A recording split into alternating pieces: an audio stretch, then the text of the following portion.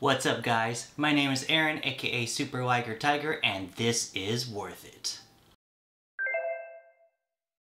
Welcome back everyone. In case you forgot what Worth It is, essentially I buy a product, I tell you the good, the bad, the ugly about it, and in the comments below, you tell me if it was worth it or not. So last time on Worth It, I talked about the Marshall Stanmore 2 because I needed a speaker for both my record player and just for general use. I also did mention in that video that I do use Google Minis in each room as well. And my office, as you can see right behind me as it's developing, is no different. In this corner right here is a Google Mini. And I found out that there's another product that Google has that I was curious if it would be an upgrade. Therefore today on Worth It, I will be showing you guys the Google Nest Audio. So this is the Google Nest Audio with additional glare due to the plastic. Let's open this up. Right, so the reasons why I chose the Google Nest Audio is I wanted to hope that it would be able to be a upgrade to the Google Minis, and if I needed to, possibly buy another one for a different set of rooms, and not just only have the Google Minis. Google Minis are great, but I've also been curious about this, especially because I also saw this go on sale, which I'll explain at the end. In our packaging here, it's basically Google as you know it. All their packaging does look like this. I actually can't figure out how to open this. Just kidding. From the bottom here, let's open it up. And on the inside, we have the Google Nest Audio. These do come in multiple colors. I think there's a blue one. There's this one charcoal. You have the light gray. You have a pink one. Unfortunately, all the other colors are sold out. I probably would have bought the blue one, but here we are. Now, this does feel obviously lighter than the Marshall Stanmore 2, but these also are heavier than the Google Minis, which makes a lot of sense.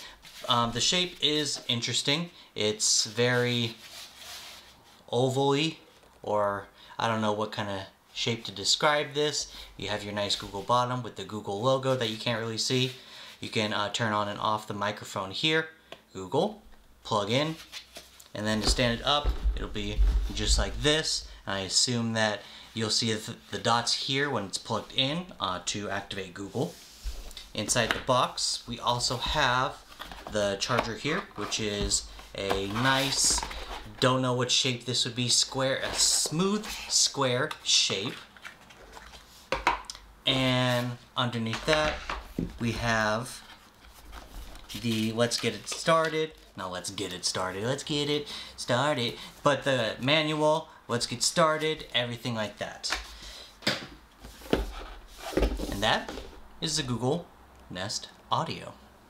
Alright, so now that we have it unboxed, the first thing I am noticing is the plug type for the Nest Audio. Now, the Nest Audio one does look like this, whereas the Google Mini looks like this. Personally, I like this smaller one because I feel like it can fit better in outlets. It doesn't take up too much room. This one just feels like it would take a little bit more room than needed. So, besides that, let's get it plugged in. Other thing, in the Google Mini itself, it is a micro USB connection that they have on here, whereas for the the Nest Audio, it is a plug-in like this, if it focuses. So those are the first things I am noticing. The plug thing is a small gripe, and I think I'll be able to get over it because I do have enough room on my outlets, but I just wish it was smaller.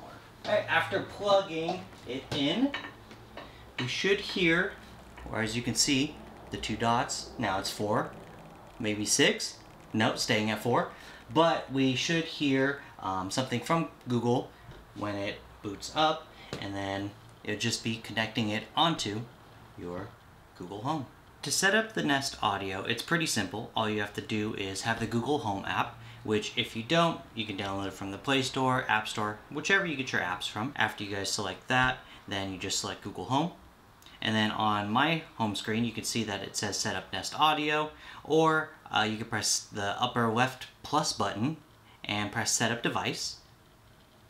And then after that, after you set it up, you could choose the location, and it looks for devices. And after a few moments of waiting, it should just go through the whole process of setting up the speaker for you, and then you can decide what room you want it to be on, where you want it connected, everything like that. It's pretty simple. That's what I actually like a lot about the Google setup, is that everything connects so easily. And then you even heard a confirmation noise that it was set up. And then you just select other things that they're asking, like if you want to help improve Nest Audio or whatever. Select the room, and we will name this just Office. Oh, I can't name that because it's already taken. Office, no, you know what? Nest, not best, Nest Audio.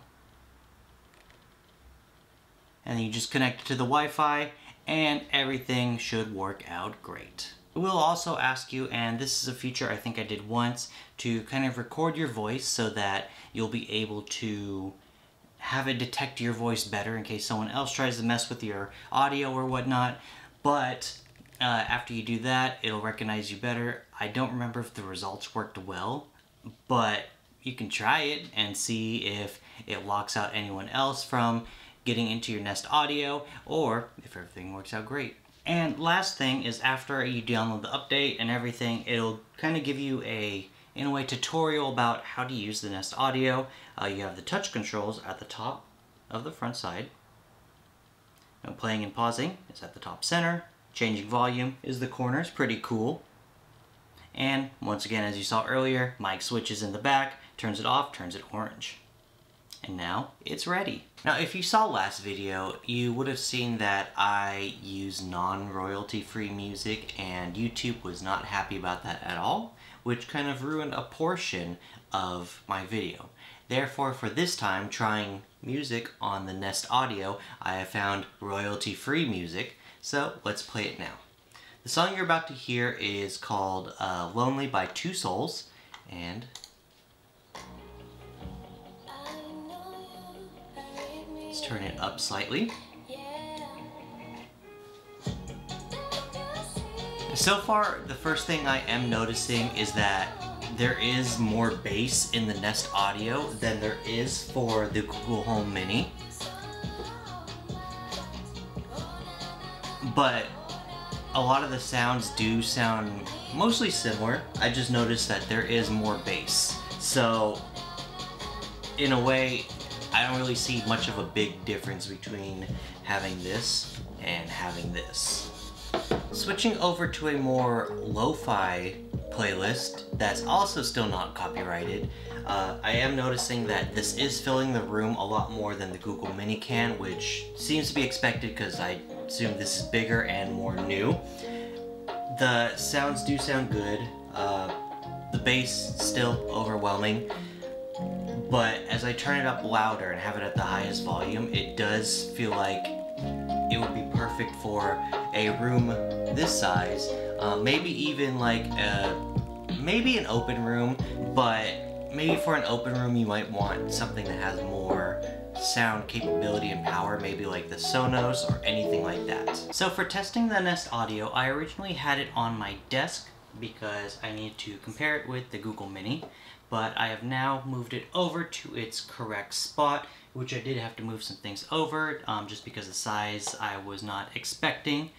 But let's try this with some non-copywritten Japanese city pop.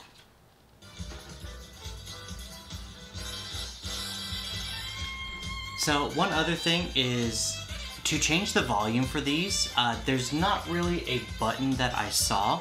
You actually have to go into the Google Home app and then switch it manually, or you can say, "Okay, Google," and then make, oh, I was hoping I was not gonna be heard, but you can say that and change the volume to whatever you want it to be. Now, obviously, because I moved the Nest Audio from my desk to the corner, I did have to turn it up, And I do feel like after using this more and more with both copywritten music and non-copywritten music that it does sound a lot better in this room. The bass is still pretty high, but it's not overwhelming. You can still hear all of the instruments, you can hear the treble, you can hear everything, and I feel like it has a pretty good balance, especially for being in a room. Now overall, I do feel like the Nest Audio is a big upgrade to the Google Minis, but it does come at a much higher price point that I don't feel is worth it at its main price. For the Google Nest Audio, you can find it in most places for $99.99, or if you want to round up, $100. For the Google Home Minis, you can find them either free with any like Google deals, on sale right now at Best Buy for $30, or for its normal price of $50. And for me, I bought the Nest Audio on sale for $64.99, which I do feel like is pretty good at that price point. It'd be better if it was lower, obviously, but at that price point, I think it's pretty good. Although I did say it is a major upgrade from the Google Nest Mini. I feel that if I was only forced to have this, even though I knew about both of these existence, I would still be okay with the Google Nest Mini. Still pretty good, but I don't feel like the $100 is the best price for this. So in the end, this does have great sound. The bass is kind of overpowering, but it does do a great job in filling the room. Obviously, it is controlled through the Google Home app and with the volume, everything like that, so there's not really any like touch, except for turning off the mic in the back. Besides all of that, and the price point that I bought it at $64.99, is it worth it? Let me know!